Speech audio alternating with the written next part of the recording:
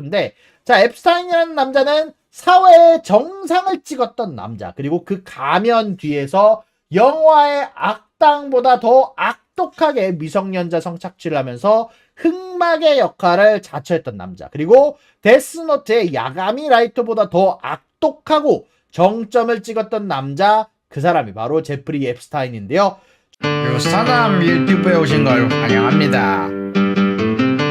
최근에 이제 이 미국에서 제프리 앱스타인이라는 인물의 리스트가 공개가 되게 되면서 사실 지금 미국 전체가 난리가 났습니다. 빌 클린턴이 막 몇 번 언급되었다, 앤드류 왕자가 언급되었다라는 말만으로 지금 전 세계를 흔들고 있는데요. 자, 2005년 뉴욕의 금융계에서는요, 사실 마치 영화 울프 오브 월스트리트처럼 한 장면처럼 들썩였었습니다. 그리고 그 중심에는 제프리 앱스타인이라는 인물이 있었는데요.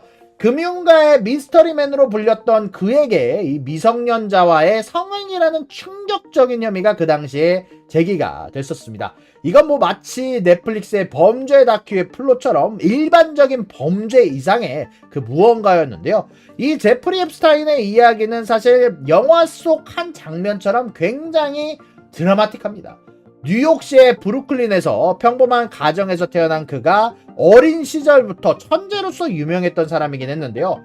뛰어난 수학적 재능으로 유명한 고등학교를 조기 졸업하고 명문대학인 쿠퍼 유니온으로 진학을 했고 NYU로 편입을 했지만 학위 취득 없이 대학교를 떠나게 되게 됩니다. 여기까지만 보면 그냥 평범한 천재, 무너진 천재 아닌가요? 같아 보이는데 여기에는 커다란 반전이 있습니다. 그의 첫 경력은요, 뉴욕의 명문사립학교 교사 발튼에 취직을 했었는데요. 여기서 그는 수제 학생들을 가르치면서 재능을 발휘했고 그의 라이프 스타일은 뉴욕시의 값비싼 이 달튼 사립학교에서 모피 코트와 금사슬, 오픈 셔츠를 입고 노출을 하고 나타난 것으로 유명을 했는데 교사로서는 사실 어울리는 옷 작가는 아니죠. 물론 잘생겨 보이긴 하는데 무튼 그는 그의 어린 학생들이 술을 마시고 있는 노는 파티나 프롬이나 졸업 파티에서 나타나는 것으로 약간 음흉한 사람으로 유명했다라고 어린 시절부터 이야기가 나왔다라고 합니다. 그는 대놓고 복도에서 복도와 교실에서 소녀들에게 끈질긴 관심을 보였다라는 소식이 있었는데요. 그래서 그가 이 기간 동안 성추행으로 공식적으로 고발된 적은 없지만 학생들이 그의 행동에 불편함을 느껴서 그의 행동을 학교 관계자에게 실질적으로 신고하기도 했었고 결국 그는 이런 이유들 때문에 실적 부진으로 직원에서 해고가 되기도 했었습니다. 자, 아무튼 이런 유명한 사립고등학교에서 일하는 게 진짜 여러모로 장점이 굉장히 많았는데요. 그 장점 중에 하나는 정말로 힘이 있는 부모들과도 연결이 될 수 있었다라는 건데요. 그중 한 명이 지금까지도 언급되고 있는 전설적인 투자자 한 명인 에이스 앨런 그린버그였습니다. 그리고 그때 이미 그는 베어 스턴스의 수석 파트너로 활약을 하고 있었는데요. 자, 그때 그의 커리어는, 앱스타인의 커리어는 이 그린버그라는 전설적인 투자자와 만나서 베어 스턴스에 취직하게 되면 선언점을 발휘를 하게 되게 됩니다. 이는 마치 이제 울프 오브 월스트리트의 레오나르도 디카프리오가 매튜 맥커너이를 만나서 둠둠둠 하던 거라고 이제 비슷한 식인데 일단 그때 앱스타인이 그날 열망을 품고 금융계에 뛰어들어서 불과 4년 만에 선임 파트너가 되었습니다. 그리고 1981년 베어 스턴스를 떠나서 자신만의 회사를 만들게 되게 되는데요. 자, 그 같은 경우는요, 이제 사업 방식이 다른 사람들과는, 평범한 사람들과는 좀 달랐습니다. 애초에 그는 회사를 세우면서 10억 달러 미만에 가진 자산은 아예 고객으로 받아들이지도 않았고요. 그들 전체의 재산을 관리하는 금융 설계자 역할을 하기도 했었는데요. 심지어 관리 수수료를 원래는 보통 업계의 관행이 뭐냐면 퍼센티지로 왔습니다. 내가 100만 원을 관리하면 거기에 대한 1% 수수료를 받는 게 보통 관행이었는데 아예 이거를 고정 수수료로 받게 되면서 퍼센티지 수익을 전혀 내지 않았거든요. 그게 얼마나 대단한 거냐면은요. 원래 연간 관리 수수료가 작은 편인 0.5%라고 가정하더라도 하나의 계좌에서만 75밀리언 달러 이상, 75밀리언 달러 이상을 받을 수 있다라는 정도까지였거든요. 근데 그는 그것을 일체 다 포기하고 그걸 포기하고 그 대신에 이 권리를 하나 얻어냅니다. 여러분의 자산, 고객들의 자산을 100% 내가 원하는 대로 컨트롤할 수 있는 권리를 받게 되면서 전체 재산을 받아들이는, 전체 재산을 관리하는 금융 설계자 역할을 했었다라고 전달이 되기도 했습니다. 그리고 그의 회사에서는요, 이제 회계사가 20명이나 있었지만 숫자를 단순히 확인하는 정도밖에 안 했다라고 되어 있고요.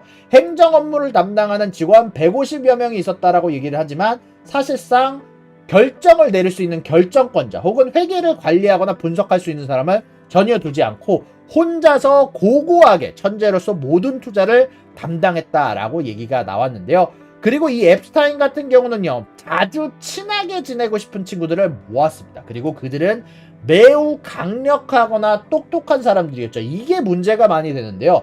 일단 예를 들어서 그는 산타페 연구소의 과학위원회 공동우상 의장이었던 노벨상 수상 물리학자 머레이 겔먼과 함께 시간을 보낸 후 산타페 이 사람과 더 시간을 보내고 싶다고 집을 짓기도 했고요. 신경과학연구소를 관리하는 또 다른 노벨상 수상자인 제럴드 에델만이 한때 앱스타인이 그들에게 방문해서 가장 악명 높은 과학적, 철학적 질문을 하는 대가로 연간 2천만 달러를 주겠다라고 말하기도 했었죠. 그리고 그는 자신의 금융제국을 구축하는 동안 노벨상 수상자들과의 교류를 통해서 과학계에도 영향력을 행사했고, 그리고 빌 클린턴 같은 정치인과 가까워지는 계기로 쓰기도 했었습니다. 그리고 맞습니다. 윈드포스님이 얘기한 것처럼 전 대통령 도널드 트럼프도 앱스타인에 대해서 이야기를 한 적이 있죠. 실질적으로 인터뷰를 통해서 이렇게 얘기를 했습니다. 저는 제프 앱스타인을 15년 동안 알고 지냈어요. 그는 정말 멋진 남자예요. 그 사람은 저만큼 아름다운 여자를 좋아한다고도 하더라고요. 라고 이야기를 전달을 하기도 했을 만큼 트럼프와도 사실 전체적으로 친분이 있었다라고 얘기가 전달이 되기도 했었죠. 그리고 그는 다른 면으로는 로맨티스트로도 유명하기도 했습니다. 제프리 앱스타인과 갈라인 맥스웰이라는 사람인데요. 자, 이건 마치 영화 그레이트 개츠비에서 나온 것처럼 화려한, 그리고 반대로 뒤에서는 음모론처럼 수상한 관계에 복잡한 미로 같은 관계를 자랑을 했는데요. 자, 이 앱스타인이라는 인물은 진짜 사회생활의 달인이었어요. 군대 갔으면 잘했을 거야. 그의 뉴욕 타운하우스는 그야말로 이제 파티의 중심지로서 거물들이, 이제 뉴욕에 존재하는 모든 거물들이 모이는 파티의, 화려한 파티의 결정체 같은 곳이었습니다. 진짜 영화 위대한 개츠비에 나오는 것과 똑같은 생활을 하고 있었어요. 그리고 여기서 그는 영국 미디어 거물 로버트 맥스웰의 딸 갈라인 맥스웰과 낭만적인 관계를 맺기도 했었는데요. 이때 이미 갈라인은, 그녀는 뉴욕 사교계의 스타였습니다. 영국 왕족과 어깨를 나란히 할 만큼의 친구들과 파티를 즐겼다라고 얘기가 나오고 있고요. 그리고 이 둘의 관계가 급진적으로 진전이 되기 시작하면서 많은 사람들이 이 둘을 플라토닉한 관계를 아주 잘 이어나가는 로맨틱한 커플이다라고 얘기가 나왔었는데요. 실질적으로 이런 부분들에 대해서 이 둘은 로맨틱한 관계가 아니라 사실 소울메이트 같아 보이지만 셜록 홈즈에서 왓슨과 셜록 홈즈처럼 정신적으로 이어진 관계 같지만 그게 아니라 실질적으로는 연인 관계가 아니라 서로의 목적을 위해서 봉사하는 전통적인 관계였다라고 얘기가 나오던데요.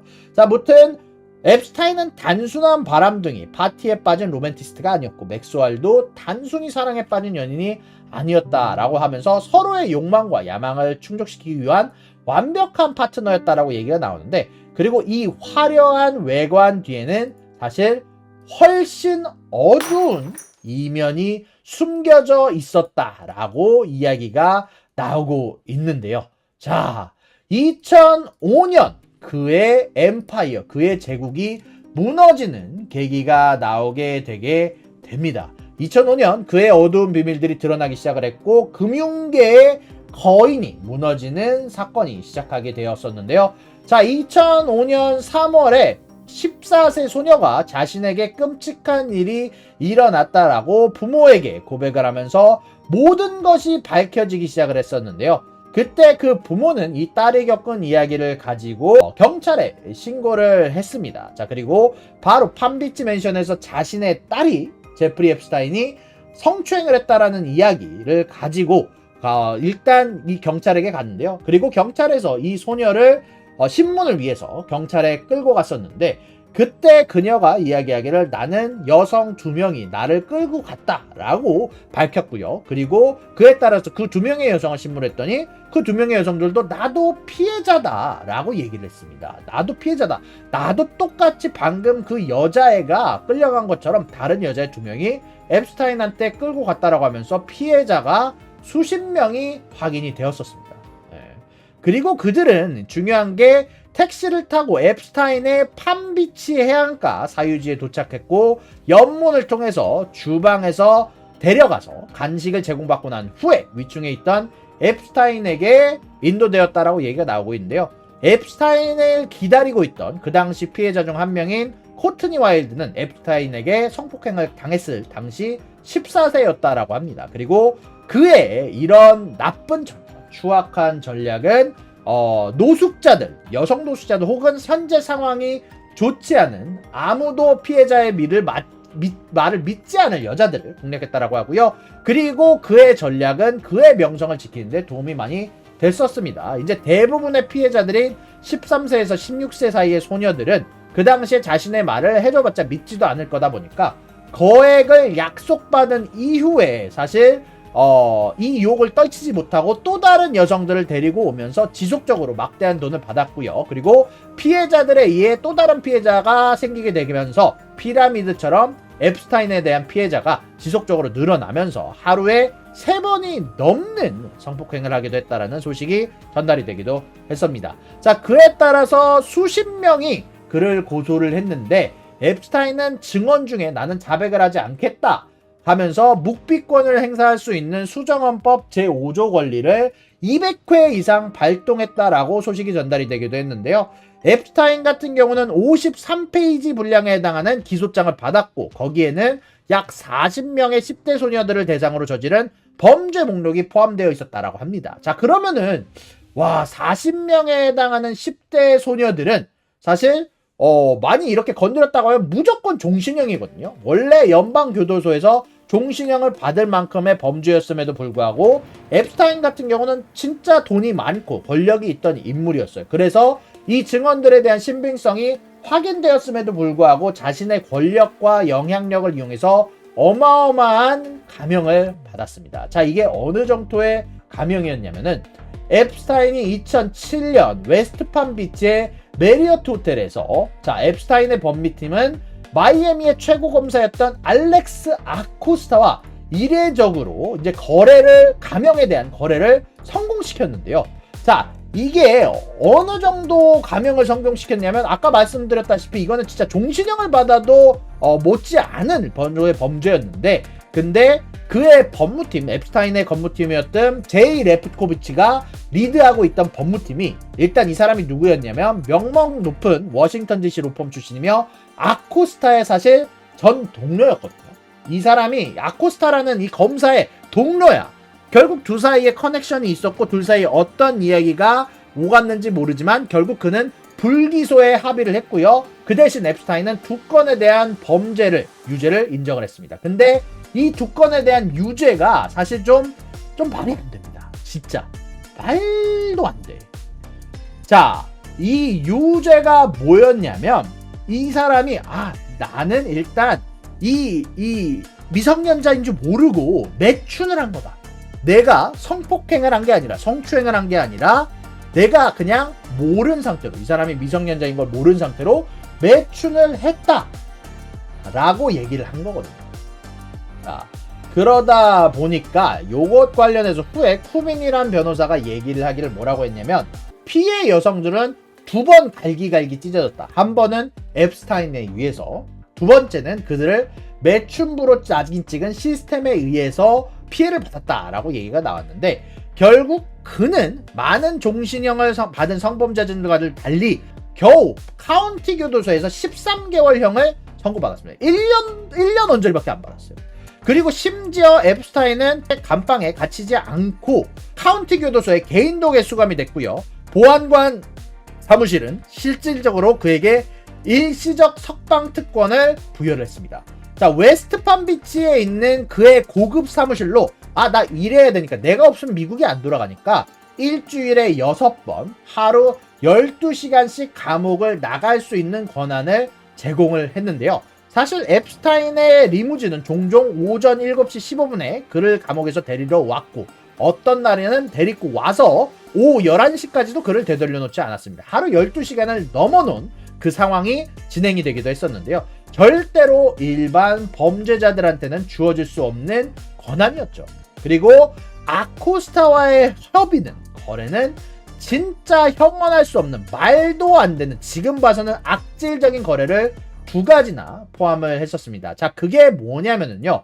첫 번째는 바로 피해 여성들이 이런 합의나 그가 받고 있는 특혜에 대해서 알 수 없다는 것이 첫 번째였고요. 두 번째는 2001년에서 2005년까지 총 피해 여성들이나 공범에 대해서 정보를 알리지 않는다는 거였습니다. 그리고 이 거래로 인해서 사실상 잠재적 공모자에 대한 수사가 중단이 되었고요. 그리고 최소 4명에 해당하는 공범이 면책을 받았었는데요. 그리고 여기서 음모론이 나왔는데 아코스타가 앱스타인과 함께 자신의 집 중 한 곳에서 미성년 소녀와 성관계를 가질 수 있었던 영향력 있는 남성을 보호하기 위한 것이다 라고 여전히 믿고 있습니다 라고 얘기가 나왔는데요. 이 아코스타라는 사람이 트럼프 행정부 안에서 이 사람이 거래를 이끌어냈던 사람입니다. 근데 노동부 장관 후보로 지명이 되었고 실질적으로 노동부 장관을 했습니다. 그리고 그때 이 사건에 대해서 질문을 받았습니다. 당신의 직위는 인신매매와 관련된 노동법에 직접적인 영향을 미치는 직위인데 어떻게 그런 말도 안 되는 거래를 했냐? 그리고 그는 이렇게 대답을 했습니다. 우리는 결국 내 의견뿐만이 아니라 진술서를 공유하고 증거의 기초에서 유죄 인정을 내렸고 나는 결국 그를 감옥에 보내고 싶었기 때문에 결국 최선의 선택을 했다라고 얘기를 했다라고 얘기가 나왔는데요. 일단 이런 부분들 관련해서 결국 하나 알려드리면 아코스타라는 사람은 이 사건으로 결국 노동부 장관을 내려놨습니다. 노동부 장관을 내려놓게 된 계기가 바로 이 앱스타인 사건 때문이에요. 자, 그러고 나서 이 모든 게 묻히는 줄 알았으나 갑작스럽게 2018년 소수의 공모자 혹은 권력자들이 숨기고자 했던 노력에도 불구하고 이 내용이 수면 위로 올라오게 됩니다. 자, 그게 뭐냐면 줄리 K 브라운이라고 마이애미 헤럴드의 기자가 다음과 같이 기사를 했습니다. 앱스타인이 2001년부터 2006년 사이에 약 80명의 소녀를, 미성년자들을 성추행하거나 성적으로 학대했다라는 주장을 쓰게 되면서 이 문제가 뜨겁게 타오르게 되게 됩니다. 앱스타인은 다시 한 번 더 세간의 관심을 모았고 이번에는 자신의 권력으로 피할 수가 없었는데요. 자, 결국 그의 범죄가 팜비치가 있는 마이애미의 일만 아니다. 뉴욕에서도 했을 거다라고 얘기를 하게 되면서 뉴욕시의 수사관이 사건을 맡았고 결국 2019년 7월 6일에 앱스타인이 체포가 되게 됩니다. 그리고 8일날 그는 기소가 되었는데요. 죄명은 다들 아시는 미성년자 매춘 혐의, 그리고 또한 그의 채용 담당자 중 하나였던 맥스웰, 그리고 여자친구였던 맥스웰이죠 까지 수사의 격가지를 뻗었습니다. 제가 계속 맥스웰을 언급하는 이유가 좀 있습니다. 자, 그리고 앱스타인은 이번에도 무죄를 주장했죠. 그리고 그에 따라서 그의 재판은 2020년 6월로 예정되어 있었는데요. 자, 그리고 그 다음에 일어난 일은 앱스타인한테도 예상치 못한 반전이 좀 있었습니다. 앱스타인은 사실 수많은 성적 학대 혐의에도 불구하고 자유롭게 살 수 있었지만 마침내 그의 막대한 재산도 앱스타인을 도울 수 없는 상황이 나왔습니다. 근데 앱스타인이 이렇게 얘기를 했어요. 그 당시에 야, 내가 여러모로 정적이 많다. 나를 보호할 무장경비원이 포함된 가택연금을 요청하는 대가로 보석금으로 약 1억 달러, 100밀리언 달러를 주겠다라고 얘기했지만 자신의 돈이 더 이상 판사에게 통하지 않았어요. 그래서 맨하튼의 연방법원 판사 리차드 버먼 같은 경우는 앱스타인 사건이 주변에 사회에 악영향을 끼친다는 명확한 증거를 찾았다며 보석금을 받는다고 해도 그게 앱스타인이 끼칠 수 있는 악영향의 가능성보다 높지 않다라고 하면서 이거를 거절을 했었습니다. 자, 그리고 앱스타인 같은 경우는 2019년 7월 23일 날 오전 6시 반에 자신의 감방에서 죽은 채 발견이 되었죠. 결국 이 앱스타인이라는 사람이 오전 6시 반에 7월 23일 날 2019년에 자신의 감방에서 죽은 채 발견이 돼 있다고 하는데 BBC에 따르면 뉴욕 검시관이 앱스타인의 목에 부상이 있었다고 공식적으로 발표를 했고요.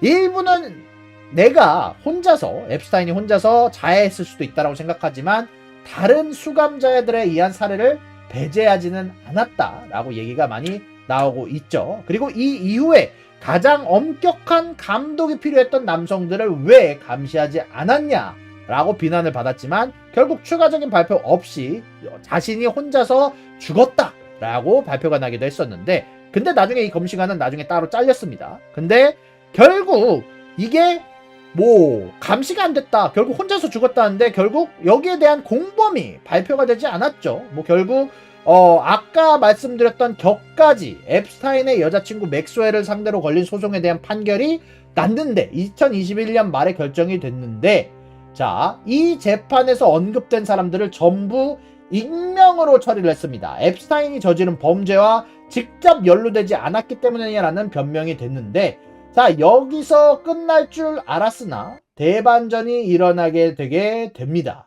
자, 바로 12월에 뉴욕 연방법원에서 익명 처리 인사들에 대해서 실명을 공개하라고 한 거예요. 일주일 전에 일어난 일입니다. 일주일 전에 갑작스럽게 뉴욕 연방법원에서 야, 이거 익명 처리하지 마, 다 공개해라고 한 거예요. 헤지펀드 매니저인 앱스타인 같은 경우는 여러 인물들을 그 회사에 초대했고, 그와 맥스웰의 재판에서 익명으로 처리된 인물만 거의 180여 명이 된다라고 얘기가 나오고 있어요. 예.